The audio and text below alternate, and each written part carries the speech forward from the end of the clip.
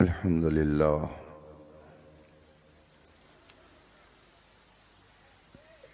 الحمد لله الذي نعمه لا تحصى وأمره لا يعصى ونوره لا يطفى ولطفه لا يكفى الذي فلق البحر لموسى وأحيا الميت لعيسى وجعل النار بردا وسلاما على خليله إبراهيم إمام الزهد والوراء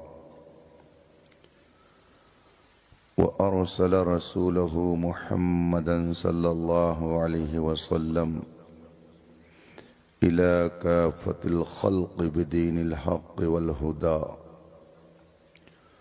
والصلاة والسلام على نبيه المصطفى المجتبى المنتقى المرتضى وعلى آله وأصحابه أولي الصدق والصفاء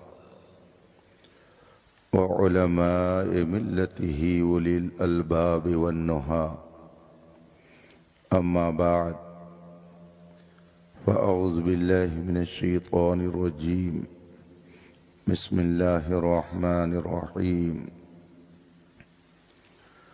ومن يؤت الحكمة فقد أوتي خيرا كثيرا صدق الله العظيم وصدق رسوله النبي الأمين الكريم ونحن على ذلك لمن الشاهدين والشاكرين والحمد لله رب العالمین۔ منبر پاک پر جلوہ فرما علماء ذوی الاحترام، ائمہ کرام، طلبہ علوم نبوت، حاضرین باوقار، السلام علیکم ورحمۃ اللہ تعالی وبرکاتہ۔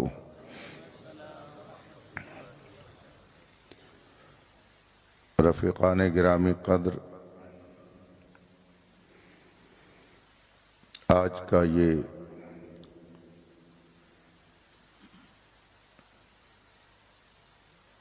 بارونق اجلاس جس میں ہم اور آپ شرکت کی سعادت حاصل کیے ہوئے ہیں،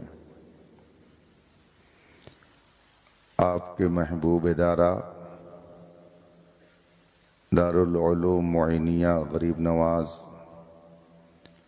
کے زیر اہتمام منعقد ہے۔ میں مبارکبادی پیش کرتا ہوں اساتذہ، طلبہ، اراکین و معاونین کو، خاص کر جن طلبہ کے سروں پر دستار باندھی گئی انہیں اور ان کے گھر والوں کو رب تعالیٰ اپنے حبیب پاک کے طفیل ان کے سینے میں قرآن کریم کو نقش کالحجر فرمائے اور ایک جہان ان کے فیضان سے مالا مال ہو۔ مجھ سے پیشتر آپ حضرات نے علماء کرام کے بیانات سنے، شعراء کی نعتیں سنی۔ تھوڑی دیر کے لیے میں بھی آپ کے درمیان ہوں۔ اس خطے کو علمی اعتبار سے جو شہرت حاصل ہوئی اور یہاں کے دینی ماحول سے دوسرے علاقے کے لوگ جو متعارف ہوئے، بلا شبہ گرامی مرتبت حضرت علامہ مفتی عبد المنان صاحب علیہ الرحمہ کی محنتوں کا ثمرہ ہے۔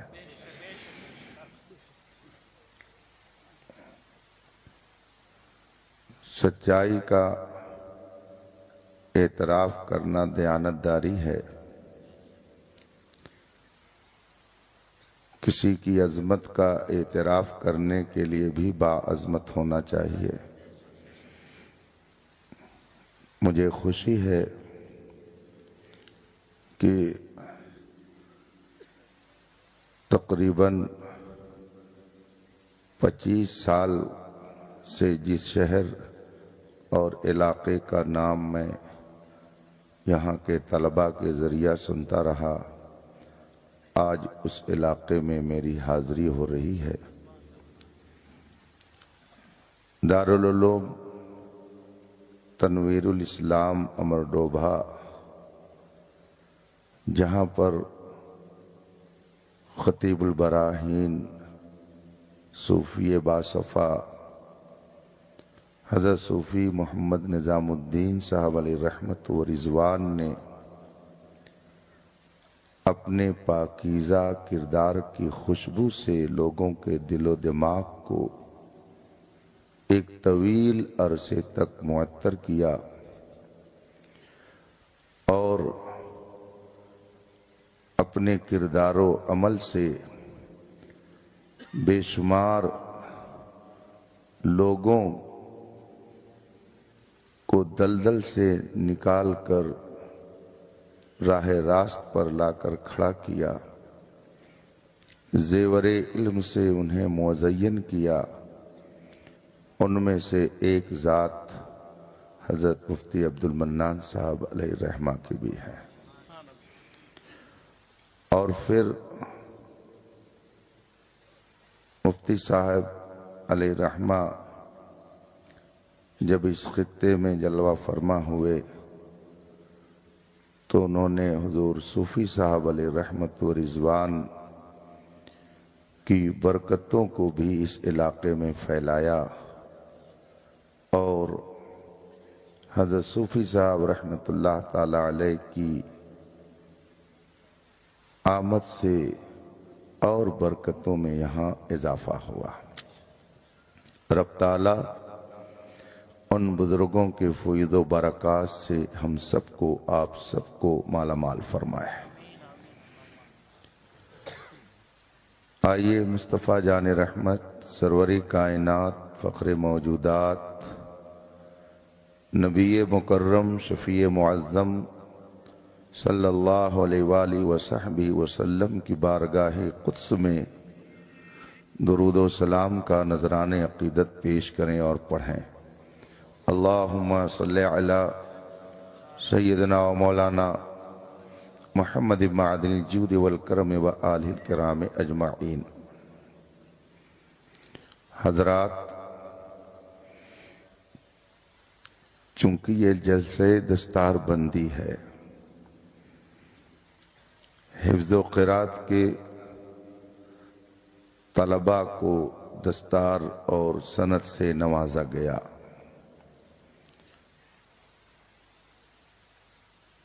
آپ حضرات نے اس ادارے کا جو تعاون کیا، اس کا نتیجہ آپ سب کے سامنے اساتذہ اور اراکین نے رکھ دیا، اور رکھنے کے لیے انہوں نے یہ اہتمام کیا کہ آپ سب کو جمع کیا، علماء کا نورانی قافلہ اتارا، اور پھر ان طلباء کے سروں پر سب کے سامنے دستار باندھ کر انہیں بھی عزت سے نوازا گیا۔ اس سے آپ کو بلا شبہ یہ سبق مل گیا ہوگا کہ علم وہ چیز ہے کہ جو گمنام کو مشہور انام بنا دیتی ہے۔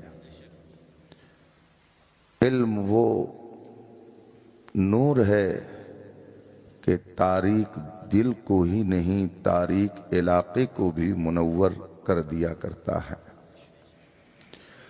معمولی انسان بھی علم حاصل کرنے کے بعد بڑے بڑوں کی صف میں بیٹھنے کے قابل ہو جاتا ہے۔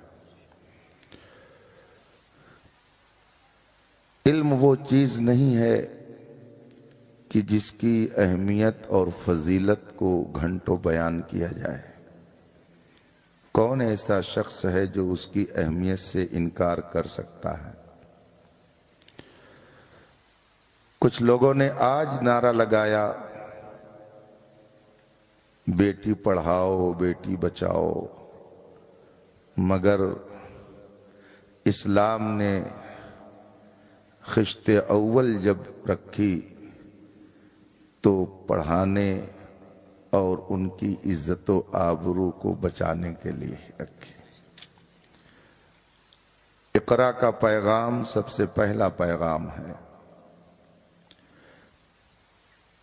اس کی وجہ یہ ہے کہ انسان کو اللہ تعالیٰ نے دو چیزوں سے بنایا ہے، ایک جسم ہے اور ایک اس کی روح ہے۔ جسم اور روح میں جب تک اتحاد و اتفاق رہتا ہے تب تک انسان زندہ مانا جاتا ہے، اور اگر دونوں ایک دوسرے سے الگ ہو گئے، راستہ جدا ہو گیا، دونوں نے ایک دوسرے کا ساتھ چھوڑ دیا، تو پھر کہا جاتا ہے کہ انسان مردہ ہو گیا۔ اسی کو حضور حافظ ملت نور اللہ مرقدہ اپنے الفاظ میں یوں فرماتے کہ اتحاد زندگی ہے اور اختلاف موت ہے۔ انسان کو اللہ نے جسم اور روح سے ملا کر بنایا ہے۔ جسم بیمار ہوتا ہے، جسم کو بیماری لگتی ہے، بیماریوں میں کوئی چھوٹی بیماری ہوتی ہے، کوئی بڑی بیماری ہوتی ہے۔ اس وقت کے اعتبار سے جو بھینکر اور بڑی بیماری مانی جاتی ہے اسے کینسر کہا جاتا ہے۔ یہ بیماریاں انسان کے جسم کو لگتی ہیں۔ ان بیماریوں کو دور کرنے کے لیے دنیا کے اندر لاکھوں ہاسپٹل، دارالشفا، ہسپتال، کلینک، میڈیکل کالج قائم ہیں، اور پوری دنیا کے اندر جسم کی بیماریوں کو ختم کرنے کے لیے کوششیں کی جا رہی ہیں۔ دوائیں بھی دی جاتی ہیں، علاج بھی کیا جاتا ہے۔ کیا ایسا نہیں ہے کہ جس طرح سے انسان کا جسم بیمار ہوتا ہے اسی طرح سے انسان کی روح بھی بیمار ہوتی ہے؟ یہ ایک سچائی ہے جس سے انکار نہیں کیا جا سکتا ہے۔ انسان کا جسم بیمار ہوا تو اس کی روح بھی کہیں نہ کہیں کبھی نہ کبھی بیمار ہو جاتی ہے۔ جسم کی بیماری کے لیے ہزاروں ڈاکٹر اور نہ جانے کتنے کالج اور ہاسپٹل پائے جاتے ہیں۔ روح کی بیماری کیا ہے اور روح کی بیماری کا علاج کہاں ہوتا ہے؟ روح کی بیماری کیسے ختم ہوتی ہے؟ اس کے لیے آپ کو دنیا میں شاید کوئی میڈیکل کالج نہ ملے۔ میری معلومات کے مطابق شاید کوئی ایسا کالج ہو جہاں پہ روح کی بیماری کا علاج کیا جاتا ہو، میں تو نہیں جانتا ہوں کہ ہے۔ پوری دنیا کے اندر ترقی یافتہ ملکوں کو دیکھ لیجئے، ان کے ہاں جسم کی بیماری کا علاج تو ہزاروں طریقے سے ہوتا ہے، مگر روح کی بیماری نہ وہ سمجھ پاتے ہیں نہ اس کا وہ علاج کرتے ہیں۔ روح کی بیماری کیا ہے؟ ان علماء سے پوچھئے، یہ بتائیں گے۔ بڑے بڑے علماء نے اس پر تحقیق کی، بڑے بڑے علماء نے اس کو اپنی کتابوں میں لکھا، اور اس میں انہوں نے یہ واضح کیا کہ جس طرح سے جسم بیمار ہوتا ہے ایسی روح بھی بیمار ہوتی ہے۔ روح کی بیماریوں میں ایک بھیانک بیماری کا نام کفر اور شرک ہے۔ روح کی بیماریوں میں ایک بھیانک بیماری کا نام حسد اور بغض و کینہ ہے۔ روح کی بیماریوں میں سے ایک بھیانک بیماری کا نام غرور ہے، تکبر ہے، گھمنڈ ہے۔ یہ سب روح کی بیماریاں ہیں، اور ان بیماریوں سے بھی ایک بھینکر بیماری ہے جو ساری بیماریوں کی جڑ ہے۔ اسی بیماری کے پیٹ سے ساری بیماری پیدا ہوتی ہے۔ جس طرح سے ڈاکٹر بتاتے ہیں کہ معدہ بیماریوں کی جڑ ہے، معدہ صحیح سلامت اگر ہے تو جسمانی بیماریاں کم لاحق ہوں گی، ایسے ہی روحانی بیماریاں بھی کئی ایک ہیں، مگر ان ساری بیماریوں کے لیے ایک بھینکر بیماری ہے جو سب کی جڑ ہے۔ اب وہ کون سی بیماری ہے جو ساری بیماریوں کی جڑ ہے؟ آئیے تھوڑی دیر تصور میں ہم مکہ مکرمہ چلتے ہیں، حجاز مقدس چلتے ہیں، عرب میں اس وقت کے حالات کو دیکھتے ہیں جب ابھی میرے آقا صلی اللہ علیہ وآلہ وسلم نے تبلیغ کا کام نہیں شروع کیا تھا۔ وہاں پر ظلم، قتل، غارت گری، ڈاکہ زنی اور چوری، شراب نوشی اور زناکاری، یہ ساری بیماریاں، ساتھ ہی ساتھ کفر و شرک، یہ ساری بیماریاں موجود تھیں۔ رسول پاک صلی اللہ علیہ وسلم نے جب ان کو بلا کر کے راہ راست پر لانے کی کوشش شروع فرمائی اور فرمایا کہ خدا ایک ہے، اس کا کوئی شریک نہیں ہے، وہی لائق عبادت ہے، نہ جانے کتنے لوگوں نے گستاخیاں شروع کر دی، رسول کریم صلی اللہ علیہ وسلم کو ایذا دینا شروع کر دیا، رسول پاک کی شان میں گستاخیاں شروع کر دی۔ اللہ کے رسول صلی اللہ علیہ وسلم نے اس موقع پہ کیا فرمایا؟ جب لوگوں نے آپ کا انکار کیا، خدا وحدہ لا شریک کو ایک ماننے کے موڈ میں نہ آئے اور انہوں نے انکار کر دیا، رسول پاک کی رسالت کا انکار کیا، رسول پاک کو اذیت دینی شروع کر دی، تو میرے آقا صلی اللہ علیہ وسلم نے اس موقع پہ کیا فرمایا؟ کیا فرماتے ان سے؟ علماء بیٹھے، آپ ان سے پوچھئے۔ حدیث میں، تاریخ میں جو کلمات آئے ہوئے ہیں ان کلمات میں یہ جملہ بھی ہے، اللہم اہد قومی فإنہم لا یعلمون، اے اللہ میری قوم کو ہدایت دے دے۔ کیوں ہدایت دے دے؟ میری قوم کو ہدایت دے دے۔ رسول پاک نے آگے کیا فرمایا؟ میری قوم کو ہدایت دے دے اس لیے کہ ان کے پاس دولت نہیں ہے۔ کیا رسول پاک نے یہ فرمایا کہ اللہ میری قوم کو ہدایت دے دے، ان کے پاس وقار نہیں ہے، ان کے پاس پراپرٹی نہیں ہے، ان کے پاس اقتدار نہیں ہے؟ رسول پاک صلی اللہ علیہ وسلم کے کلمات جو روایت میں موجود ہیں وہ یہ، اللہم اہد قومی فإنہم لا یعلمون، اے اللہ میری قوم کو ہدایت دے دے اس لیے کہ ان کے پاس علم نہیں ہے، ان کے پاس علم نہیں ہے۔ اس کا مطلب ہے کہ آدمی اگر شرک کی بیماری میں مبتلا ہوتا ہے تو اس کی وجہ یہ ہے کہ وہ جہالت کی بیماری میں مبتلا ہے۔ آدمی اگر کفر کرتا ہے تو جہالت کی بنیاد پر، آدمی اگر ظلم کرتا ہے تو جہالت کی بنیاد پر، آدمی اگر شراب نوشی کرتا ہے تو جہالت کی بنیاد پر، آدمی اگر زنا کرتا ہے تو جہالت کی بنیاد پر، آدمی اگر تکبر، غرور و گھمنڈ کرتا ہے تو جہالت کی بنیاد پر۔ ساری بیماریوں کی جڑ جہالت ہے۔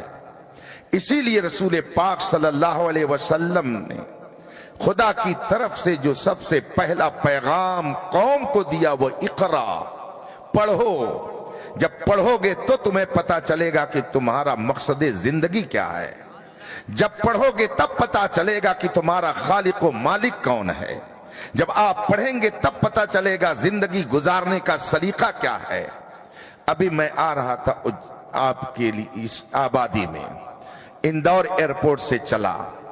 اگر مجھے رہنمائی کے لیے ڈرائیور نہ دیا گیا ہوتا اور میں نے اس گاؤں کا راستہ اس سے پہلے کبھی نہ دیکھا ہوتا تو 1000 جگہ مجھے پوچھنا پڑتا. آج بھی اگر کوئی انجانا کسی راستے پر چل پڑے کہیں کسی گاؤں میں جانے کے لیے تو اسے نہ جانے کتنی جگہوں پہ پوچھنا پڑتا ہے. اس کا مطلب ہے کہ اگر 10 کلومیٹر کا سفر کرنا ہے تو بغیر علم آپ اس 10 کلومیٹر کا سفر نہیں کر سکتے. اگر آپ اس دنیاوی راہ کو بغیر علم کے صحیح ڈھنگ سے طے نہیں کر سکتے تو 70 اور 80 سال کی زندگی کو اسلامی راہ پر بغیر علم کے کیسے آپ گزار سکتے ہیں؟ آپ اس زندگی کو کیسے لگا سکتے ہیں منزل مقصود تک؟ اسی لیے رسول پاک صلی اللہ علیہ وسلم نے سب سے پہلا پیغام جو امت کو اور قوم کو دیا وہ پڑھنے کا پیغام ہے. پڑھو گے تو سمجھ میں آئے گا کہ انسان کی زندگی کا مقصد کیا ہے. آپ پڑھیں گے تو آپ کو پتا چلے گا کہ رب قدیر نے اس کائنات کو بنایا ہے تو اس کا مقصد کیا ہے. آپ نے کبھی ان علماء کرام کو شادیوں میں ڈانس کرتے ہوئے دیکھا ہے؟ آپ نے کبھی ان علماء کرام کو یا کسی ادارے کے شیخ الحدیث کو، کسی دارالافتاء کے مفتی کو، کسی دارالقضاء کے قاضی کو، کسی حافظ قرآن کو، کسی عالم دین کو آپ نے شادی میں ڈانس کرتے ہوئے دیکھا؟ ان کو شراب پی کر چوراہے پر کسی کی بہو بیٹی کی عزت کو لوٹتے ہوئے آپ نے دیکھا؟ نہیں دیکھا ہوگا آپ نے. آپ کو کوئی شیخ الحدیث ایسا نہیں ملے گا، آپ کو کوئی عالم ربانی ایسا نہیں ملے گا. آخر کیوں؟ کیا وہ اس دنیا سے ہٹ کر رہتے ہیں؟ جو دل آپ کے پاس ہے کیا ان کے پاس نہیں ہے؟ جو آپ رکھتے ہیں کیا یہ نہیں رکھتے ہیں؟ جو پیر آپ کے پاس ہے کیا اس سے ہٹ کر کے کوئی پیر ان کے پاس ہے؟ جو دل آپ کے پاس ہے وہی دل ان کے پاس ہے. جو آنکھ آپ کے پاس ہے وہی آنکھ ان کے پاس ہے. جو پیر آپ کے پاس ہے وہی پیر ان کے پاس ہے. اور ایسا بھی نہیں کہ ان میں جتنے بیٹھے سب لا ولد ہوں، ان کی اولاد نہ ہو. اور ایسا بھی نہیں ہے کہ یہ شادیوں میں شرکت نہ کرتے ہوں، یہ شادیوں میں شرکت بھی کرتے ہیں، بلکہ اپنے بیٹے کی بھی شادی کرتے ہیں، بیٹی کی بھی شادی کر چکے ہوں گے، بارات میں بھی گئے ہوں گے. لیکن آپ نے انہیں کیوں نہیں دیکھا تھرکتے ہوئے؟ انہیں کیوں نہیں دیکھا شراب پیتے ہوئے؟ انہیں کیوں نہیں دیکھا آپ نے ماں بہو بیٹی کی عزت کو نیلام کرتے ہوئے؟ اس لیے کہ اللہ نے انہیں علم دے دیا، رب نے انہیں علم کی دولت عطا کر دی. جب آدمی کے پاس علم آئے گا تب پتا چلے گا ہماری زندگی کا مقصد کیا ہے. آپ قرآن پڑھیں تو پتا چلے گا کہ جتنے احکام الہیہ ہیں اس میں خدا کا کوئی فائدہ نہیں ہے، جو فائدہ ہے وہ آپ کا فائدہ ہے. علماء بیٹھیں، آپ ان سے پوچھئے یا آپ کو بتائیں گے. مختصر لفظوں میں علماء نے سب کو جمع کر دیا ہے اور فرمایا ہے کہ جتنے شریعت کے احکام ہیں ان سب کو اگر سمیٹا جائے تو انسان کے اندر جو 5 اہم چیزیں ہوتی ہیں ان کی حفاظت مقصود ہے. جتنے بھی شریعت کے احکام ہیں وہ سب کے سب آپ کے تحفظ کے لیے ہیں. وہ 5 چیزیں کیا ہیں جن کی حفاظت کے لیے اسلام نے قانون لگایا ہے؟ انسان کی جان، انسان کا مال، انسان کی عقل اور انسان کا نسب اور انسان کا دین. اس کو علمی زبان میں کلیات 5 کہا جاتا ہے. جتنے شریعت کے احکام ہیں وہ انہی 5 کی حفاظت کے لیے ہیں. جو حکم شریعت ہے یا تو انسانوں کی جان کی حفاظت کے لیے ہے، یا تو ان کے مال کی حفاظت کے لیے ہے، یا تو ان کی عقل کی حفاظت کے لیے ہے، اور یا تو ان کے نسب کی حفاظت کے لیے ہے، یا ان کے دین کی حفاظت کے لیے ہے. مثال کے طور پر قرآن کریم نے ارشاد فرمایا وَمَن يَقْتُلْ مُؤْمِنًا مُتَعَمِّدًا، جس نے جان بوجھ کر کسی صاحب ایمان کو قتل کیا اس کا ٹھکانہ بھینکر ہے، سخت ہے. من قتل نفسا بغیر نفس، جس نے بغیر کسی جرم کے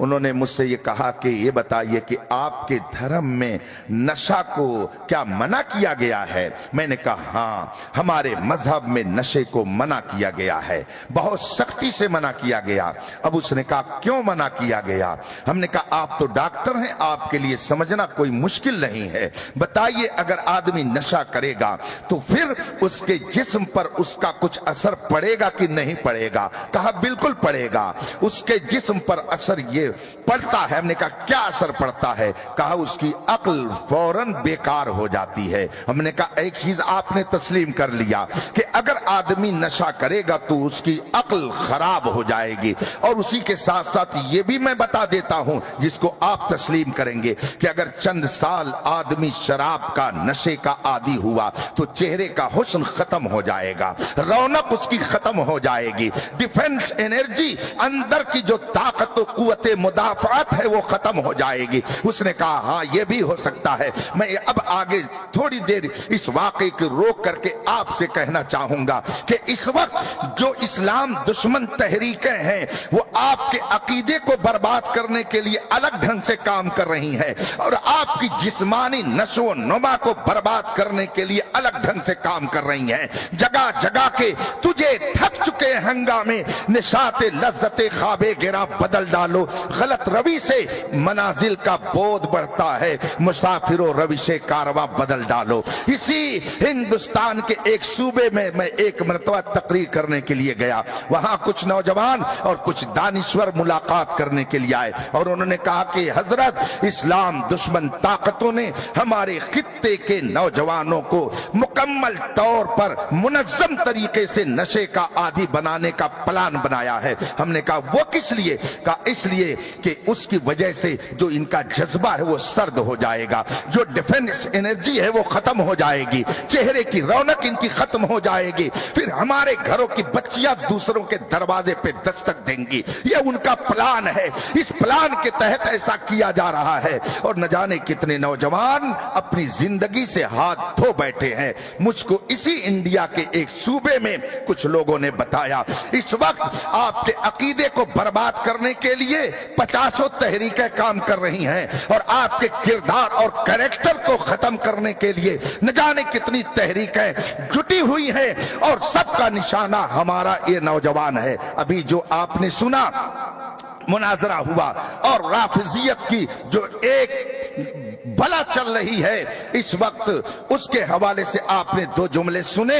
سچائی یہ ہے کہ پورے ہندوستان میں اس وقت اس فتنے کو بڑی تیزی سے نوجوانوں کے دل و دماغ میں بٹھانے کی تحریک چل رہی ہے، اور اگر آپ نے توجہ نہیں کی تو نہ آپ کی آنے والی نسلوں کا ایمان سلامت رہے گا، نہ ان کا کیریکٹر سلامت رہ سکتا ہے۔ یہ تو میں نے جملے معترضہ کہہ دیا۔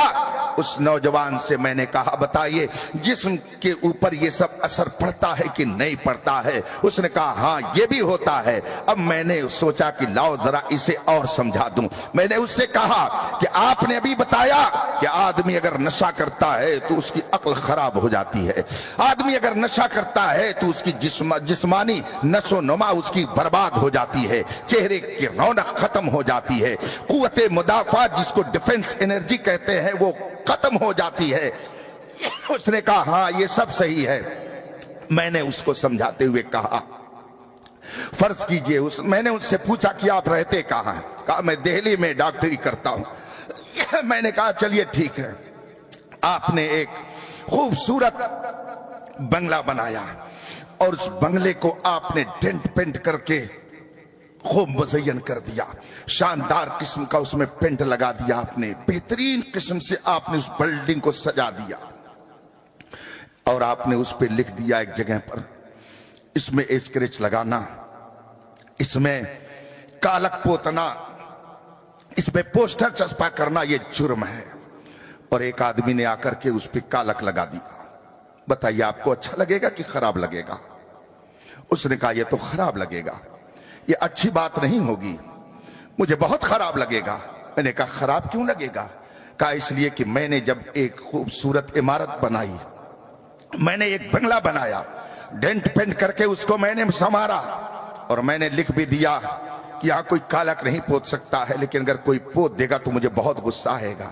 میں نے اس کو کہا، چونکہ وہ ہینڈسم تھا اس لیے میں نے اسی کو سامنے رکھا، میں نے کہا مالک نے آپ کو ہینڈسم بنایا ہے، اگر آپ اپنے ہاتھوں سے اس خوبصورتی کو ضائع کریں تو جس مالک نے بنایا ہے بتائیے اسے اچھا لگے گا؟ اگر آپ نے ایک عمارت بنائی اور خوبصورت عمارت بنائی تو آپ نہیں چاہتے ہیں کہ اسے کوئی خراب کرے؟ جس رب کائنات نے آپ کو اشرف المخلوق بنایا ہے، جس رب کائنات نے آپ کو حسین و جمیل چہرہ عطا کیا ہے، جس رب کائنات نے آپ کو بہترین طاقت و قوت سے نوازا ہے، وہ کب یہ چاہے گا کہ آپ اپنے ہاتھوں سے اپنی عقل کو خراب کریں؟ وہ کب چاہے گا کہ آپ اپنے ہاتھوں سے اپنی قوت مدافعت کو برباد کریں؟ کہا ہاں بالکل آپ صحیح کہہ رہے ہیں۔ میں نے کہا اسی لیے اسلام نے اس کو منع کیا ہے۔ تو عقل کی حفاظت کے لیے نشے کو اللہ تبارک و تعالیٰ نے حرام اور ممنوع قرار دیا۔ یہ تین چیزیں ہوئی اور آگے چلیے، اسلام نے زنا کو سختی سے حرام قرار دیا ہے۔ قرآن کریم میں جگہ جگہ اس کے احکام موجود ہے، احادیث طیبہ میں تفصیل موجود ہے۔ یہ زنا کیوں حرام کیا گیا ہے؟ شریعت نے زنا کو اتنا سخت جرم کیوں دیا ہے، قرار دیا ہے؟ تاکہ آپ کی نسل کی حفاظت ہوتی رہے، آپ کے نسب کی حفاظت ہوتی رہے۔ اگر کوئی معاذ اللہ رب العالمین ایسی عورت ہے کہ جو زنا کار ہے، اگر اس کے بطن سے بچہ پیدا ہوگا بتائیے وہ بچہ کس کا مانا جائے گا؟ اس کا باپ کون ہوگا؟ آپ تو مجھ سے زیادہ دنیا دیکھ رہے اور سن رہے ہیں۔ اگر آپ یورپ کی تاریخ سنتے ہوں گے، پڑھتے ہوں گے، تو آج بھی وہاں سے کبھی کبھی یہ خبر نشر کی جاتی ہے کہ یورپ کے فلاں شہر میں اتنی آبادی ایسی ہے کہ جن کے باپ کا پتہ نہیں ہے، امریکہ کی اتنی آبادی ایسی ہے جس کے باپ کا پتہ نہیں ہے۔ یہ آج بھی ریڈیو کے ذریعہ اور ٹیلی ویژن کے ذریعہ خبریں پہنچائی جاتی ہے۔ بتائیے نسل کی یہ بربادی، نسب کی یہ بربادی کیوں ہے؟ اس لیے کہ ان کے ہاں زنا ایک فیشن ہے۔ اسلام نے زنا کو حرام کیا تاکہ آپ کی نسل برباد نہ ہو، آپ کا نسب محفوظ رہے۔ عقل کی حفاظت اسلام کا مقصود ہے، جان کی حفاظت اسلام کا مقصود ہے، مال کی حفاظت اسلام کا مقصود ہے، عقل کی، جان کی، مال کی، نسب کی اور ساتھ ہی ساتھ دین کی حفاظت مقصود ہے۔ اسی لیے شرک اور کفر کو حرام قرار دیا۔ یہ 5 چیزیں ہیں، بتائیے اس میں خدا کو کس چیز کی ضرورت ہے؟ کیا اسے جان کی ضرورت ہے؟ کیا اسے مال کی ضرورت ہے؟ کیا اسے عقل کی ضرورت ہے؟ کیا اسے نسب کی ضرورت ہے؟ وہ ان سب سے پاک ہے۔ تو آخر یہ قانون کس کے لیے بنایا گیا ہے؟ یہ خدا نے اپنے لیے نہیں بنایا ہے، یہ آپ کے نفع کے لیے بنایا ہے، آپ کی منفعت کے لیے بنایا ہے، آپ کے فائدے کے لیے بنایا ہے۔ اگر آپ ان قوانین پر عمل کریں گے تو قرآن کا اعلان ہے وَمَن يُطِعِ اللَّهَ وَرَسُولَهُ فَقَدْ فَازَ فَوْزًا عَظِيمًا۔ جس نے اللہ و رسول کی اطاعت کی وہی ایک کلاس کا کامیاب انسان کہا جائے گا۔ آج لوگ کہتے ہیں دنیا کہاں سے کہاں چلی گئی، یہ ہمارے علماء یہ 1400 سال پرانی ہی بات سنا رہے ہیں۔ دنیا کہاں سے کہاں چلی گئی، یہ 1400 سال پرانی بات لا کر کے قوم کے درمیان رکھتے ہیں۔ آپ انصاف سے بتائیے گا دنیا کہاں سے کہاں چلی گئی؟ ذرا مجھے بتا دیجئے، نمرود کہاں چلا گیا؟ فرعون کہاں چلا گیا؟ شداد کہاں چلا گیا؟ قارون کہاں چلا گیا؟ ابو جہل کہاں چلا گیا؟ ابو لہب کہاں چلا گیا؟ یہ بڑی بڑی طاقتیں، یہ بڑے بڑے حکمراں کہاں چلے گئے؟ یہ سب زمین میں ختم ہو گئے، سڑ گئے، گل گئے، ان کا کوئی وجود نہیں ہے۔ مگر مصطفیٰ کے وفادار غوث اعظم کل بھی زندہ تھے، آج بھی زندہ ہیں۔ خواجہ غریب نواز کل بھی زندہ تھے، آج بھی زندہ ہیں۔ مختوم پاک کل بھی زندہ تھے، آج بھی زندہ ہیں۔ امام احمد رضا کل بھی زندہ تھے، آج بھی زندہ ہیں۔ خطیب البراہین کل بھی زندہ تھے اور آج بھی زندہ ہیں۔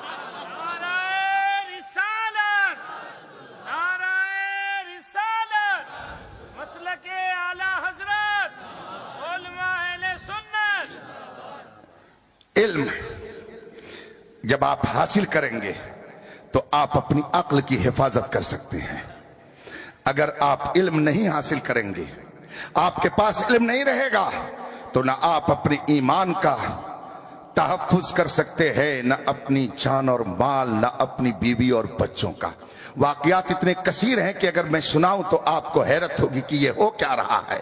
علم نہ رہنے کی بنیاد پر آدمی کا ایمان سلامت نہیں رہ سکتا ہے۔ ابھی ایک صاحب ایک جگہ تقریر کرنے لگے اور تقریر کرتے کرتے انہوں نے اہمیت بتانی شروع کی معیشت کی، اکنامی کی، کہ دولت حاصل کرنا چاہیے، چاہے محنت مزدوری کر کے حاصل کرے یا کوئی اور تجارت کر کے دولت حاصل کرے، مال حاصل کرنا چاہیے۔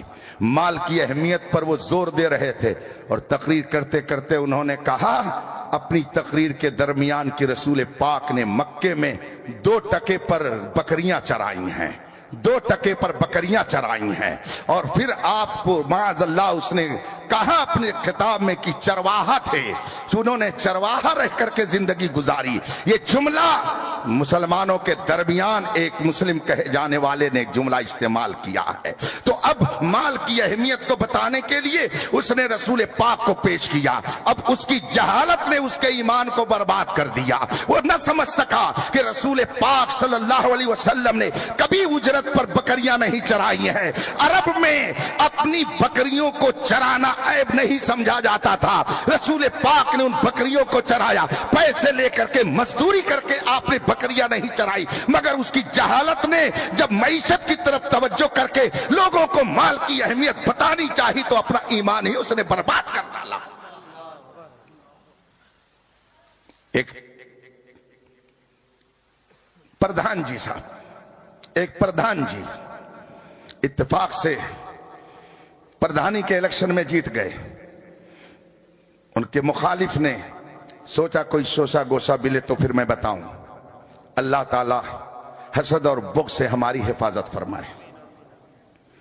ان کو مل گیا ایک شوشہ، اتفاق سے انہی کے گھر میں راشن کوٹا بولتے ہیں، الیکشن ہو گیا، پردھانی بھی آ گئی، راشن کوٹا بھی انہی کے گھر میں تھا، غالباً میاں بیوی کے نام دونوں چیزیں آ گئی۔ حزب اختلاف نے موقع غنیمت جانا درخواست دے دیا، اور اس کے بعد جب پردھان جی کو پتہ چلا تو انہوں نے وکیل سے مشورہ لیا۔ وکیل نے کہا کہ آپ کی پردھانی بھی بچ جائے گی اور آپ کے گھر میں راشن کوٹا بھی باقی رہے گا، آپ ایسا کیجئے کہ الیکشن کی تاریخ سے کچھ مہینہ پہلے کا ایک ایفیڈیوٹ بنوا لیجئے، جس میں آپ یہ درسائیے، لکھ دیجئے کہ میں نے اپنی بیوی فلاں کو طلاق دے دی ہے، یہ آپ لکھ کر کے ایک رکھ لیجئے، اب جب کوئی افیسر چیک کرنے کے لیے آئے تو آپ دکھا دیجئے۔ اس طریقے سے پردھانی بھی باقی رہے گی اور کوٹا بھی باقی رہے گا۔ جب انہوں نے یہ کر لیا، شدہ یہ بات محلے میں پہنچی، پہلے ایک مسالہ تھا اب 2 مسالہ ہو گیا۔ اس مخالف نے پورے محلے میں شروع کر دیا یہ کہنا کہ فلاں نے اپنی بیوی کو طلاق دے کر کے رکھا ہے، یہ تو اور بڑا جرم ہو گیا۔ اور جب یہ مسئلہ پردھان جی کے سامنے آیا، اب تک تو وکیل صاحب یاد آ رہے تھے، اب تک تو حاکم یاد آ رہے تھے، اب تک افیسر کا رخ دیکھ رہے تھے، جب بیوی کا مسئلہ آیا تو کہا حضرت کے پاس چلا جائے، مولانا صاحب کے پاس چلا جائے۔ اب جب مشکل آئی بیوی کے معاملے میں تو ان کو مولانا صاحب یاد آئے۔ آج بھی یہی ہوتا ہے، دکان پر بیٹھ کر کے علماء پر تبرہ کرنے والے جب موت کا ان کے وقت آتا تو کہتے امام صاحب کو بلا لائیے ذرا سورہ یاسین پڑھتے، اس موقع پہ عالم یاد آتا ہے، امام یاد آتا ہے، گاؤں کا پیشوا یاد آتا ہے۔ چنانچہ علماء کے پاس یہ مسئلہ پہنچا کہ بیوی کو طلاق پڑی کی نہیں پڑی، اس لیے کہ اس نے فرضی طور پر یہ کیا تھا۔ میرے پاس ایک صاحب نے فون کیا انہوں علماء میں سے اور کہا حضرت کیا مسئلہ ہے؟ میں نے غصے میں کہا اس پردھان سے جا کر کے کہہ دیجئے پورے گاؤں میں ڈگڈگی بجا کر کے بتا دے کہ بیوی کے پردھانی بھی بچی ہے، کوٹا بھی بچا، دونوں بچا ہے، لیکن بیوی نہیں بچی ہے، بیوی نہیں بچی۔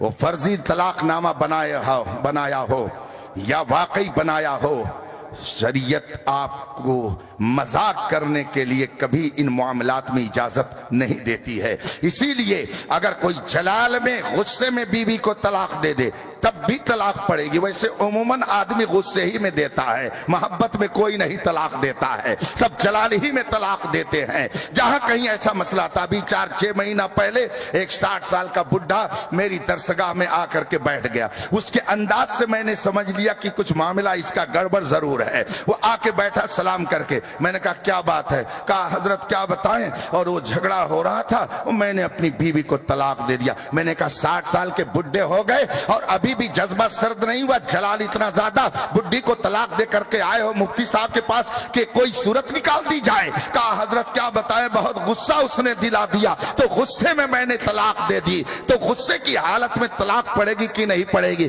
میں نے کہا کوئی پیار میں طلاق دیتا ہے کیا؟ آئے ہو تم یہاں پہ مسئلہ پوچھنے کے لیے اور کہتے ہو میں نے غصے میں یہ کر دیا. یاد رکھیے شریعت کے قانون کے ساتھ مذاق کرنے کا کسی کو حق نہیں ہے. آپ اگر نہیں جانتے ہیں تو یہ آپ کی جہالت شریعت اسلامیہ کی عدالت میں عذر نہیں ہو سکتی ہے. مثال کے طور پر کسی نے جرم کیا، پکڑا گیا اور جج کے پاس پہنچا دیا، کورٹ میں پہنچ گیا اور جج نے فیصلہ سنا دیا کہ اس نے جرم کیا ہے، اس کے ساتھ یہ سزا ہونی چاہیے، اس کو یہ سزا دی جائے. اب وہ جناب ہاتھ جوڑ کر کے کہے صاحب ہم نہیں جانتے تھے کہ اگر یہ جرم کیا جاتا ہے تو اس کی یہ سزا ہے، آپ نے آج بتا دیا، ہم آئندہ ایسا کام نہیں کریں گے. انصاف سے بتائیے گا کیا جج اس کو معاف کر دے گا؟ کیا جج اس کو چھوڑ دے گا؟ عدالت اس کو بے قصور قرار دے دے گی؟ نہیں. کیوں نہیں؟ اس لیے کہ جب آپ ہندوستانی ہیں تو ہندوستانی ہونے کے ناطے ہندوستان کے قانون کا جاننا آپ کے لیے ضروری تھا. یہ جہالت عذر نہیں ہو سکتی ہے. اگر دنیا کی کورٹ میں یہ جہالت عذر نہیں ہو سکتی ہے تو مجھے بتایا جائے شریعت اسلامیہ کے نزدیک آپ کی جہالت عذر کیسے ہو سکتی ہے؟ اس لیے اگر کوئی کہتا ہے میں نہیں جانتا تھا تو یہ عذر نہیں ہے. نہیں جانتے تھے یہ خود ہی ایک بہت بڑا جرم ہے. اس لیے رفیقان محترم بات بہت لمبی ہو جائے گی، میں تفصیل میں نہیں جاؤں گا، وقت بہت تیزی سے گزر گیا. دیکھیے تقریباً 50 منٹ آپ سے گفتگو کرتے ہوئے ہو گیا. اگر آپ کے پاس علم نہیں ہوگا تو نہ آپ کا ایمان صحیح ڈھنگ سے سلامت رہ سکتا ہے، نہ آپ کی بیوی سلامت رہ سکتی ہے، نہ آپ اسلامی زندگی صحیح ڈھنگ سے گزار سکتے ہیں. اسی لیے ہمارے علماء نے جگہ جگہ ان مدارس عربیہ کو قائم کر کے آپ کے بچوں کو اس کی طرف متوجہ کیا کہ اگر آپ سے خطا ہو گئی اور آپ نہیں علم حاصل کر سکے تو کم از کم آنے والی نسلوں کو علم کے زیور سے مزین کر دیجئے تاکہ ان کی برکتوں سے آپ کچھ مالا مال ہو جائیے تو دنیا اور آخرت میں نجات کا ذریعہ بن جائے گا. یہ علماء ان کا مقام. آئیے حدیث پاک کی روشنی میں سنا کر میں اپنی گفتگو کو ختم کر دیتا ہوں. جہاں کہیں میں جاتا ہوں ہندوستان بھر میں حضرات اصلاح معاشرہ پہ تقریر ہونی چاہیے، تھوڑی دیر یہاں پر اس موضوع پہ تقریر ہونی چاہیے، اس موضوع پہ تقریر ہونی چاہیے. جہاں کہیں بھی جایا جاتا ہے وہاں کے لوگ کہتے ہیں حضرت بڑی جہالت ہے، یہاں اس چیز میں لوگ بہت مبتلا ہیں، اس برائی میں لوگ بہت مبتلا ہیں، کہیں جوا میں، کہیں زنا میں، کہیں نشہ میں، کہیں چوری ڈکیتی میں. اس طریقے کے جرم پورے معاشرے کے اندر عام ہوتے جا رہے ہیں اور بدعقیدگی کا تو حال یہ ہے معاذ اللہ رب العالمین. اب تو ایمان بچانا مشکل ہو گیا ہے. ایسے حالات پیدا کیے جا رہے ہیں کہ آپ عبداللہ نام رکھنے کے باوجود صحیح ڈھنگ سے مسلمان نہیں رہ سکتے ہیں. اگر آپ کے پاس علم نہیں رہے گا تو آپ اپنے ایمان کی بھی حفاظت نہیں کر سکتے ہیں. حضرت آدم علیہ السلام سے لے کر میرے آقا صلی اللہ علیہ وسلم تک 1 لاکھ کم و بیش 2,24,000 انبیاء کرام تشریف لائے. بتائیے ان میں سے کوئی بھی نبی بے علم تھا؟ کوئی نبی کوئی پیغمبر بے علم تھا؟ ایک کو مثال میں پیش کر دیجئے کہ ہاں فلاں بے علم تھا. معاذ اللہ رب العالمین. کوئی پیغمبر بے علم نہیں. پیغمبر کی شان تو بہت بلند و بالا ہے. اللہ کا کوئی ولی بے علم نہیں، کوئی ولی بے علم نہیں. حضرت سیدنا امام شافعی رضی اللہ تعالیٰ عنہ نے فرمایا ما جعل اللہ ولیا جاہلا قط. اللہ تعالیٰ نے کبھی کسی جاہل کو اپنا ولی نہیں بنایا. حضرت امام شافعی رضی اللہ تعالیٰ عنہ نے فرمایا جتنے غوث قطب ابدال ملیں گے وہ سب کے سب عالم دین ملیں گے. آپ نے حضرت غوث پاک کا واقعہ ہزاروں مرتبہ علماء سے سنا ہوگا کہ ان کی والد ماجدہ نے اپنے قصبے سے انہیں بھیجا بغداد معلی علم حاصل کرنے کے لیے اور راستے میں ڈاکوؤں نے ڈاکہ ڈالا اور اس کے بعد حضرت سیدنا غوث پاک نے اپنے بچپنے کے عالم میں جو سچا سچائی کا مظاہرہ کیا، اس کی برکت سے ڈاکوؤں نے توبہ کر لی۔ ہزاروں مرتبہ آپ نے سنا، اس کا مطلب ہے کہ غوث بھی پہلے علم دین حاصل کرنے کے لیے گھر سے قدم نکالتے ہیں، تب رب قدیر انہیں یہ منزل عطا فرماتا ہے۔ کوئی غوث قطب ابدال جتنے بھی تاریخ میں آپ کو ملیں گے، ان میں سے کوئی بے علم نہیں ہے۔ کوئی نبی، کوئی رسول، کوئی پیغمبر، کوئی غوث، کوئی قطب بے علم نہیں۔ اللہ تبارک و تعالی نے ان ذوات قدسیہ کو علم کی دولت سے مالا مال فرمایا ہے۔ علم وہ چیز ہے جس کی برکت میدان محشر میں کیا ملے گی، بس وہ حدیث شریف سن لیجئے جلدی سے، تاکہ میں اپنی گفتگو ختم کر کے آپ سے رخصت ہوں۔ آج تقریباً 5واں دن ہے، رات میں تقریر، دن میں سفر، اور اونگ لیا سو لیا راستے میں، تو وہ ابھی یہاں سے مجھے آگے کا سفر کرتے ہوئے 10 جنوری تک رہنا ہے ملک کے مختلف گوشوں میں۔ علم کی برکت کیا میدان محشر میں ملے گی، اور اپنے ماتھے کی آنکھوں سے آپ علم کی برکت کیسے دیکھیں گے۔ میرے آقا صلی اللہ علیہ وسلم کی ایک حدیث ہے، اللہ کے رسول صلی اللہ علیہ وسلم نے فرمایا، جب میدان محشر قائم ہوگا، نفسی نفسی کا عالم ہوگا، ساری جماعتیں، سارے طبقے، سارے گروپ وہاں پہ جمع ہوں گے، تو عابدوں کا گروپ بھی آئے گا، جو عبادت گزار تھے وہ بھی اللہ کے سامنے ہوں گے، جو اللہ کے راستے میں لڑنے مرنے والے تھے، اپنی جان قربان کرنے والے تھے، وہ بھی ہوں گے، علماء بھی رہیں گے، علماء بھی رہیں گے۔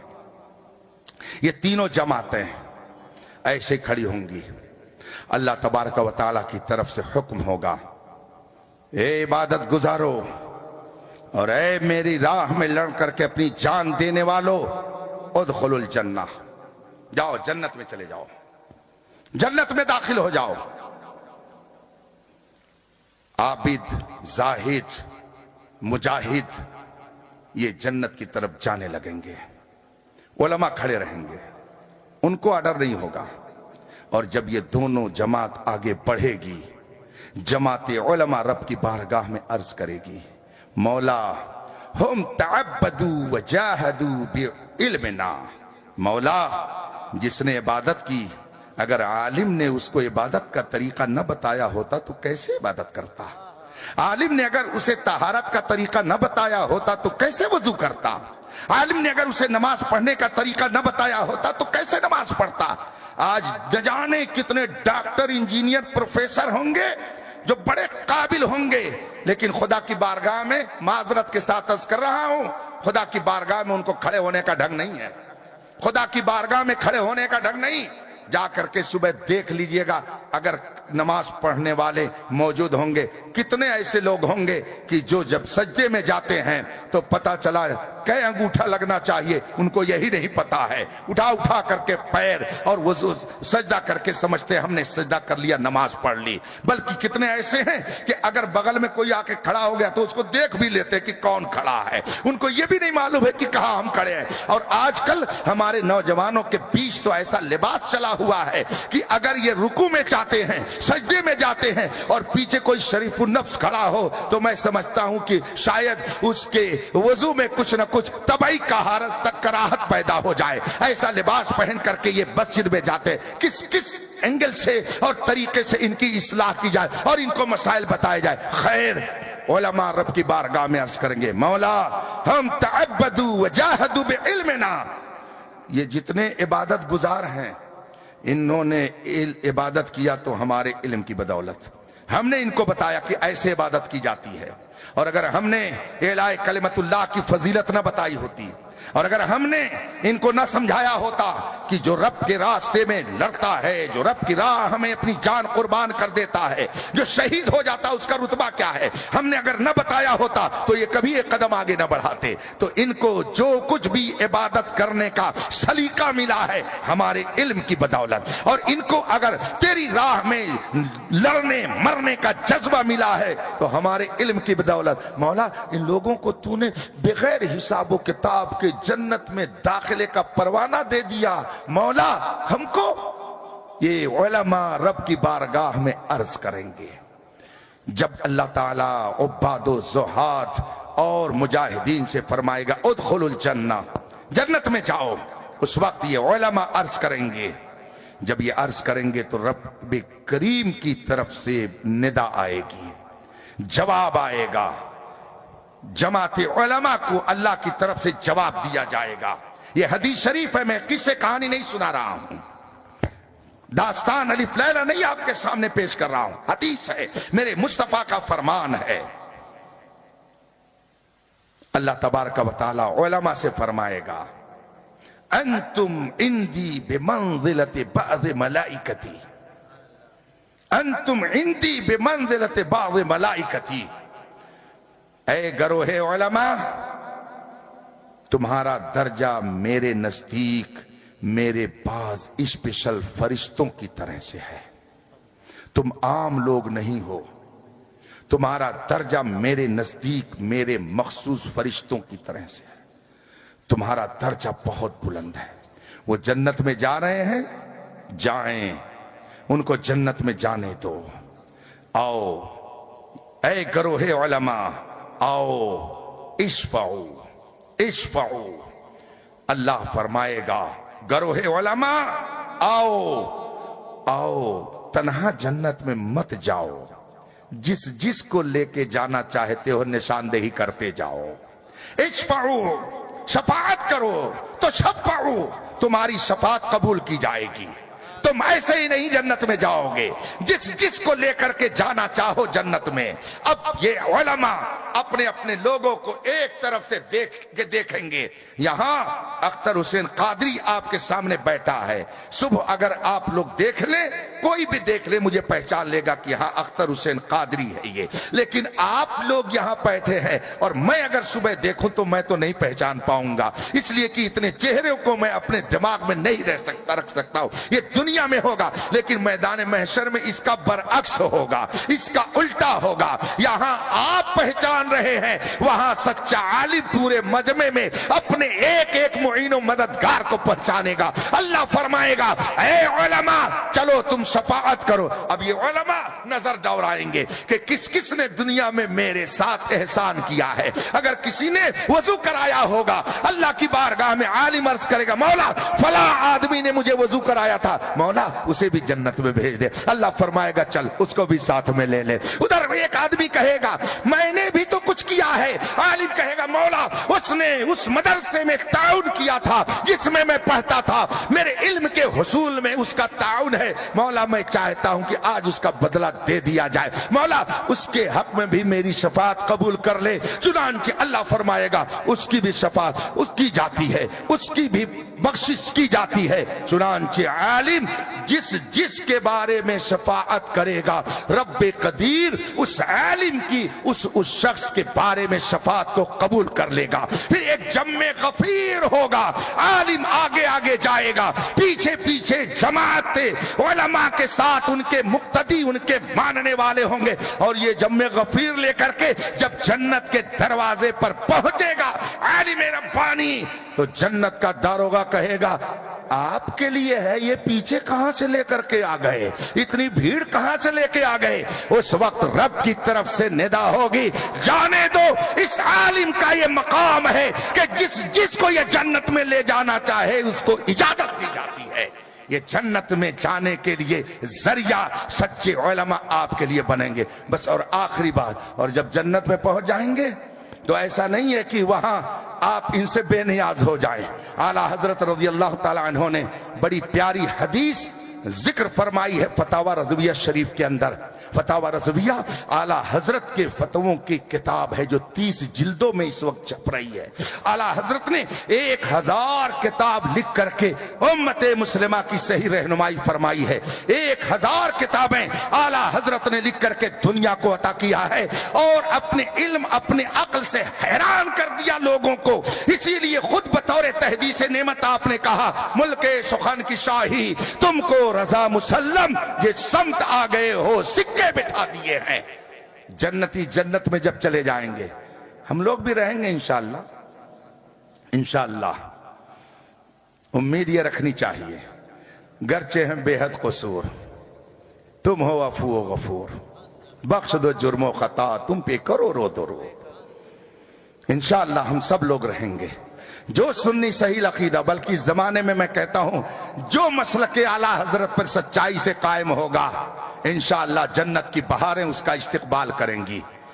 اس وقت جو حالات ہیں، اگر آپ نے مسلک سے ادھر ادھر قدم ہٹا کر کے رکھا دوسری طرف تو پھر سمجھ لیجئے آپ میں سے بہت سارے لوگ حضور خطیب البراہین علی رحمت و رضوان کے مرید ہیں۔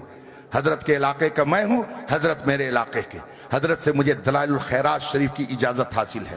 میرے غریب خانے پہ حضرت تشریف لاتے تھے، مجھ پہ کرم فرماتے تھے۔ حضرت کا خطاب بہت سارے لوگوں نے سنا ہوگا اور حضرت کی نصیحت بھی سنی ہوگی۔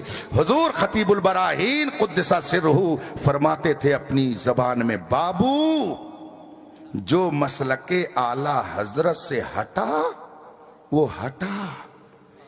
کیسا شاندار جملہ تھا، جو مسلک اعلی حضرت سے ہٹا وہ ہٹا۔ تو اس جملے پر میں آگے ایک جملہ اور کہہ دیتا ہوں کہ جو مسلک اعلی حضرت سے ہٹا وہ ہٹا اور جہنم کی دیوار سے سٹا۔ اس لیے اگر آپ چاہتے ہیں کہ جنت آپ کا استقبال کریں تو مسلک اعلی حضرت پر مضبوطی سے قائم رہیے گا، اور جب علماء سچی بات بتائیں تو آپ برا مت مانیے گا۔ جرم کریے، علماء ہدایت دیں تو آپ اس کو برا مانیں گے، یہ دوہرا جرم ہو جائے گا۔ بہت سنبھل کر کے رہیے گا۔ اور شادی شدہ لوگ اپنی زبان بھی بہت احتیاط سے استعمال کر رہے ہیں، ورنہ جب ایمان جائے گا تو صرف ایمان نہیں جائے گا، بیوی بھی چلی جائے گی، یاد رکھیے گا۔ اس لیے کہ علماء یہی کہتے ہیں نا کہ اگر کسی شخص نے کفر کیا تو وہ تجدید ایمان بھی کرے اور تجدید نکاح بھی کرے۔ کیا مطلب ہوا؟ یعنی ایمان گیا تو بیوی بھی چلی گئی، تو ایمان بھی بچائیے اور بیوی بھی بچائیے، اس کا خیال رکھیے گا۔ بیوی بھی بچانا ضروری ہے اور ایمان بھی بچانا ضروری ہے، دونوں کا بڑا گہرا رشتہ ہے، اس کو ہمیشہ خیال میں رکھیں۔ جنتی جنت میں چلے جائیں گے انشاءاللہ، ہم اور آپ بھی چلیں گے نبی کے صدقے میں۔ ہم آئے یہاں تمہارے لیے، اٹھے بھی وہاں، اور جو نبی کے دامن میں یہاں پناہ لیے ہوگا، اعلیٰ حضرت کے برادر محترم حضرت حسن بریلوی رحمت اللہ تعالی علیہ نے کیا بہترین خوشخبری دی۔ فرماتے ہیں ڈھونڈائی کریں صدر قیامت کے سپاہی، وہ کس کو ملے جو تیرے دامن میں چھپا ہو۔ اسی لیے اعلیٰ حضرت نے فرمایا آج لے ان کی پناہ، آج مدد مانگ ان سے، کل نہ مانیں گے قیامت میں اگر مان گیا۔ اس لیے مضبوطی سے مسلک اعلیٰ حضرت پر قائم رہیے گا، نبی کی محبت کو سب پر فوقیت دیجیے گا۔ دنیا کے سارے محبوب ساتھ چھوڑ دیتے ہیں، وہی ایک ایسے محبوب ہیں کہ جو قبر میں بھی اجالا بن کر کے آئیں گے، یاد رکھیے گا۔ اعلیٰ حضرت نے فرمایا ہے قبر میں لہرائیں گے تا حشر چشمے نور کے، جلوہ فرما ہوگی جب طلعت رسول اللہ کی۔ اس لیے اس سے کوئی سمجھوتا نہ کیجیے گا۔ اگر آپ چاہتے ہیں قبر کی تاریک کوٹھری میں روشنی رہے تو عشق نبی کا چراغ لے کر کے قبر میں جائیے گا، ورنہ چاہے آپ دولت کما لیں یا پوری دنیا کے بادشاہ بن جائیں، کچھ ہونے جانے والا نہیں ہے۔ میرے مرشد گرامی حضور تاج الشریعہ فرماتے ہیں سنیت ہے تو سب کچھ ہے، سنیت نہیں تو آپ کتنے بڑے ڈاکٹر ہیں، انجینئر ہیں، پروفیسر ہیں، لائر ہیں، جو بھی ہیں آپ سمجھیں، لیکن جو سنی صحیح العقیدہ نہیں ہے وہ جنت کی بہاریں نہیں دیکھ سکتا ہے۔ جسے جنت میں جانے کا شوق ہو وہ مصطفیٰ کی غلامی کا پٹا گلے میں ڈالے رہے، جنتی جنت میں چلے جائیں گے۔ اب اللہ کی طرف سے اعلان ہوگا، اللہ کی طرف سے اعلان ہوگا، اور کیا چاہیے جنتیوں بتاؤ، اور کیا تمہیں چاہیے، تمہاری کیا تمنا ہے؟ جنتی جب رب کا یہ اعلان سنیں گے تو آپس میں ایک دوسرے سے کہیں گے کیا مانگیں؟ جنت میں تو سب ہے، کون سی چیز ہے جو جنت میں نہیں ہوگی؟ شاندار مکان، بہترین قسم کا لباس، عمدہ قسم کی غذائیں، جو چاہے گا انسان سب جنت میں۔ وَلَكُمْ فِيهَا مَا تَشْتَهِي أَنفُسُكُمْ وَلَكُمْ فِيهَا مَا تَدَّعُونَ۔ قرآن کہتا ہے جو تمہارا دل چاہے گا سب اللہ تعالیٰ تمہیں عطا کرے گا جنت کے اندر، سب رہے گا جنت میں، ساری چیزیں رہیں گی۔ مگر جب اللہ کی طرف سے اعلان ہوگا اور کیا چاہیے تو لوگ نہیں سمجھ پائیں گے کہ کیا مانگیں، اب کیا مانگیں، سب تو موجود ہے۔ جنت میں حور و غلماں ہیں، جنت میں اعلیٰ مکان، رہنے کے لیے ساری سہولت ہے، کیا مانگیں؟ تو ان کے دل میں اچانک یہ بات ڈالی جائے گی، نہیں سمجھ پا رہے ہو کہ کیا مانگے اللہ سے؟ اعلان ہو رہا اس کی طرف سے اور کیا چاہیے؟ نہیں سمجھ پا رہے ہو تو جاؤ اپنے علماء سے پوچھ لو، اپنے علماء سے پوچھ لو۔ اعلیٰ حضرت اس حدیث کو کوٹ کرنے کے بعد فرماتے ہیں عوام دنیا میں بھی علماء کے محتاج ہیں اور جنت میں بھی علماء کے محتاج رہیں گے، یہاں بھی محتاج رہیں گے، وہاں بھی محتاج رہیں گے۔ ان کے دل میں یہ بات آئے گی کہ چلو جاؤ علماء سے پوچھو، چنانچہ لوگ علماء کی طرف جائیں گے کہ چلیں علماء سے پوچھیں، انشاءاللہ حضرت صوفی صاحب کے مریدین صوفی صاحب سے ملیں گے، صوفی صاحب سے پوچھیں گے، تاج الشریعہ کے مریدین تاج الشریعہ سے پوچھیں گے، مفتی اعظم کے مرید مفتی اعظم سے پوچھیں گے، محدث اعظم کے مریدین ان سے پوچھیں گے، اعلیٰ حضرت کے مریدین اعلیٰ حضرت سے پوچھیں گے، اور ہم سب بڑے پیر صاحب کے غلام اور ان کے مرید ہیں تو انشاءاللہ سب لوگوں سے اعظم سے پوچھیں گے، سب رہیں گے وہاں پہ انشاءاللہ۔ تو یہ علماء کے پاس جائیں گے کہ رب کی طرف سے اعلان ہو گیا ہے، اور کیا چاہیے؟ اچھا آپ بتائیں گے کہ کیا چاہیے وہاں، اور کیا چاہیے؟ اور ماشاءاللہ میرے مصطفیٰ نے اپنے نائبین کے مقام کو کس طرح سے واضح فرمایا۔ اللہ کے رسول صلی اللہ علیہ وسلم کی حدیث میں آپ کو سنا رہا ہوں، جب جنتی جنت میں چلے جائیں گے خدا کی طرف سے اعلان ہوگا، اور کیا چاہیے؟ عوام نہیں سمجھ پائیں گے کہ اور کیا چاہیے، کیا مانگیں، دل میں بات ڈالی جائے گی جاؤ علماء سے پوچھو، تو یہ علماء کے پاس جائیں گے کہ خدا کی طرف سے یہ اعلان ہوا ہے، اب ہم خدا سے اور کیا مانگیں، ہمیں اور کیا چاہیے؟ سب کچھ تو موجود ہے جنت کے اندر۔ علماء رہنمائی فرمائیں گے کہ اللہ کی طرف سے جب یہ اعلان ہو گیا کہ اور کس چیز کی تمنا ہے اور کیا چاہیے، تو سب کچھ تو موجود ہے۔ رب کی بارگاہ میں چلو عرض کرو مولا تو نے شاندار مکان دیا، سونے چاندی کی دیواریں تو نے بنا کر کے مجھے دی ہے، جنت میں ساری نعمتیں تو نے عطا کر دی، مولا اب ان میں سے ہم کو کسی چیز کی تمنا نہیں، سب تو نے دے دیا، مولا اب ایک تمنا ہے، مولا اب ایک خواہش ہے، مولا دل کے اندر ایک مدعا ہے۔ علماء کہیں گے جاؤ رب کی بارگاہ میں عرض کرو مولا تو نے سب دے دیا ہے، اب اپنا جلوہ دکھا دے، اپنا دیدار کرا دے، اب یہی تمنا ہے کہ اپنا دیدار کرا دے۔ چنانچہ علماء کی رہنمائی میں عوام رب کی بارگاہ میں عرض کریں گے کہ مولا تو نے سب دیا ہے، اب اپنا دیدار کرا دے، تو رب قدیر وہاں پہ جنتیوں کو اپنا دیدار کرائے گا۔ یہ ہے علماء کا مقام۔ دارالعلوم معینیہ یہ میرے خواجہ غریب نواز کی عنایت ہے، اور میرے خواجہ کا احسان صرف یہاں کے مسلمانوں پر نہیں ہے، ہندوستان کے چپے چپے پر ان کا احسان ہے۔ حضور خواجہ غریب نواز کی برکت سے پوری دنیا میں ہندوستان ایک عظمت و وقار کی قدر کی نظر سے دیکھا جاتا ہے۔ حضور خواجہ غریب نواز نے جس انداز میں ہندوستان کے اندر دین کی خدمت انجام دی اور ہر برے کو نیک بنانے کا جو عظیم الشان کارنامہ انجام دیا، رہتی دنیا تک اسے بھلایا نہیں جا سکتا ہے۔ یہ ادارے یہ آپ کے دین کی حفاظت کا قلعہ ہیں، یہ آپ کے دین کی حفاظت کی مضبوط دیوار ہیں۔ لوگ چاہتے ہیں کہ ان قلعوں کو مسمار کر دیا جائے، لوگ چاہتے ہیں کہ ان دیواروں کو گرا دیا جائے، مگر آپ کہیے اگر برق و صیاد کی ضد یہی ہے بنائیں گے ہم بھی یہیں آشیانہ۔ آپ ان مدارس کا تعاون کیجیے، اپنے بچوں کو اس میں داخلہ دلائیے، بچوں کو پڑھائیے، اور میں یہ نہیں کہتا کہ سب کو آپ حافظ قرآن عالم دین بنائیے، یہ ضروری بھی نہیں ہے کہ سب گاؤں کا ہر فرد سب کے سب عالم دین حافظ قرآن بن جائیں۔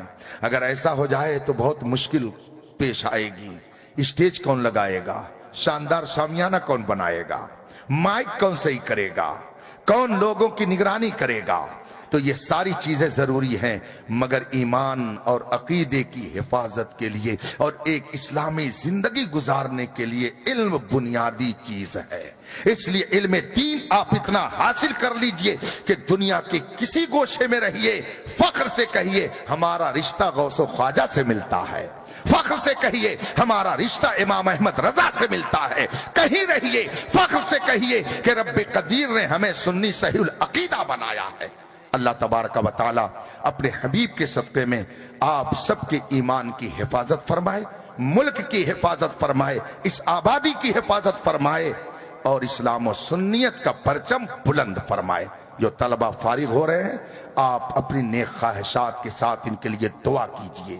یہ جہاں رہیں دین کے محافظ بن کر کے رہیں, دین کے پاسبان بن کر کے رہیں. حضرت مفتی عبد المنان صاحب نے یہاں سے بے شمار لوگوں کو ادھر ادھر بھیج کر کے ان کو زیور علم سے آراستہ کرنے کے لیے جد و جہد کی. انشاءاللہ قبر میں بھی انہیں اس کا ثواب مل رہا ہوگا اور جنت میں تو انشاءاللہ بہار جو انہیں ملے گی وہ ہم لوگ بھی اپنے ماتھے کی آنکھوں سے دیکھیں گے. اللہ تبارک و تعالی اپنے حبیب کے صدقے میں اس ادارے کو دن دونی رات چوگنی ترقی عطا فرمائے. شاید نسمہ بھی چلتا ہے, موئنیا گھر اسکول بھی ساتھ میں چلتا ہے. گویا بچوں کو بھی زیور علم سے آراستہ کیا جاتا ہے اور قوم کی بچیوں کو بھی زیور علم سے مزین کیا جاتا ہے. رب قدیر ہماری آنے والی نسلوں کی حفاظت فرمائے اور ان سب کو علم و عمل کا حسین سنگم بنائے اور بہترین زندگی گزارنے کا انہیں سلیقہ عطا فرمائے. جو لوگ اس کا تعاون کرتے ہیں وہ مبارکبادی کے قابل ہیں, مگر یہ نہ سوچئے گا کہ ہم احسان کر رہے ہیں, بالکل نہ سوچئے گا. اس کو ذہن میں مت لائیے گا کبھی بھی کہ ہم مدد کر رہے ہیں دین کی تو ہم دین پر احسان کر رہے ہیں, قطعا نہیں. ہم تو اپنی تقریر میں کہتے ہیں ہمارا مذہب جس کو اسلام کہا جاتا ہے یہ کبھی خطرے میں نہیں تھا, نہ آج ہے نہ انشاءاللہ صبح قیامت تک رہے گا. ہم اسلام کو اس لیے نہیں مانتے ہیں کہ ہم اسلام کو بچائیں. ہم کیا اسلام کو بچائیں گے, ہم اپنے نہیں کو بچا پا رہے ہیں. ہم اسلام کو اس لیے نہیں مانتے ہیں کہ ہم اسلام کو بچائیں گے, ہم اسلام کو اس لیے مانتے ہیں کہ اسلام ہم کو بچاتا ہے. ہم کو بچاتا ہے کس سے؟ عذاب الہی سے, جہنم میں جلنے سے, بے غیرتی سے, بے حیائی سے, ڈاکہ زنی سے, چوری سے اور نہ جانے کتنی کتنی بری چیزوں سے ہم کو اسلام بچاتا ہے. الخبیثات للخبیثین الطیبات للطیبین. پاک لوگوں کے لیے پاکیزہ غذائیں, خبیث لوگوں کے لیے خبیث غذائیں. رب قدیر نے ہم کو پاکیزہ غذا دیا, رب قدیر نے ہم کو پاکیزہ عقیدہ دیا, رب قدیر نے ہم کو پاکیزہ زندگی گزارنے کا طریقہ عطا فرمایا. ہم اسلام کو اس لیے نہیں مانتے کہ ہم اسلام کی حفاظت کر رہے ہیں, ہم اسلام کو اس لیے مانتے ہیں کہ اسلام ہماری حفاظت کر رہا ہے. ہم اگر نہیں اسلام کو مانیں گے ہماری کیا بات ہے؟ پوری دنیا اگر خدا کا انکار کر دے, بتائیے وہ خدا نہیں رہ جائے گا؟ نہیں رہ جائے گا. پوری دنیا اس کا انکار کر دے, اس کی خدائی میں کوئی فرق, اور پوری دنیا اس کی عبادت کرنے لگے, کیا اس کی عزت بڑھا دیں گے؟ بڑھا دیں گے اس کی عزت؟ نہیں. تو اگر پوری دنیا اس کو خدا ماننے سے منکر ہو جائے اس کا کچھ نقصان نہیں, اور پوری دنیا اس کی عبادت کرنے لگے اس کا کوئی فائدہ نہیں. تو اس کا مطلب کیا ہے کہ ہم جو کچھ کر رہے ہیں وہ اپنے نفع کے لیے. اب آپ کی مرضی ہے کہ چاہے اپنا نفع کمانے کے لیے آپ صراط مستقیم پر رہیے یا نقصان اٹھانے کے لیے کسی اور راہ پہ جائیے. ہم تو یہی کہیں گے کہ بائیں رستے نہ جا مسافر سن, راہ میں راہ مار پھرتے ہیں. سیدھے راستے پر چلیے, انشاءاللہ دنیا میں بھی کامیاب رہیں گے اور آخرت میں بھی کامیاب رہیں گے. وآخر دعوانا ان الحمدللہ رب العالمین. السلام علیکم.